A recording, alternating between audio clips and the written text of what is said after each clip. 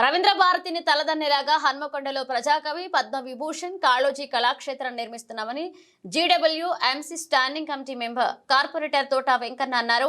ప్రజాకవి కాళోజీ నారాయణరావు 110వ జయంతి సందర్భంగా కాళోజీ సెంటర్లో ఆయన విగ్రహానికి పూలమాలలు వేసి నివాళులర్పించారు. ఈ సందర్భంగా తోట వెంకన్న మాట్లాడుతూ త్వరలోనే కాళోజీ కళాక్షేత్రాన్ని పూర్తి చేస్తామని తెలిపారు. తాము అధికారంలోకి వచ్చిన 9 నెలల్లోనే వరంగల్ పశ్చిమ నియోజకవర్గ ఎమ్మెల్యే నాయని రాజేందర్ రెడ్డి సహకారంతో కాళోజీ కళాక్షేత్రాన్ని సుందరీకరణంగా తీర్చిదిద్ది ప్రజలకు అందించనున్నామని అన్నారు.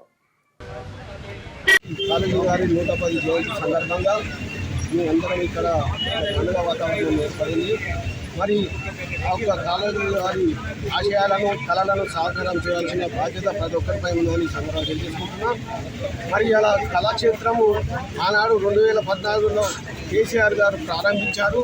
10 ఏళ్ళైనా దాన్ని పూర్తి చేయలేని పరిస్థితి తీసుకొచ్చారు. అంటే వాళ్ళ పరిస్థితి ఒక అధికారంలో ఉండి ఒక సీఎంగా ఉండి కూడా చేయలేదు.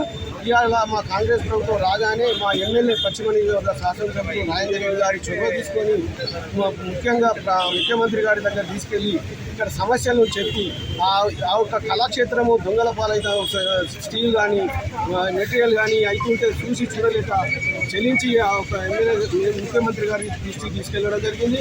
ముఖ్యమంత్రి గారు వెంటనే 45 లక్షల రూపాయలు శాంక్షన్ చేసి 40 కోట్ల రూపాయలు శాంక్షన్ చేసి దాన్ని పూర్తి చేయడం జరిగింది.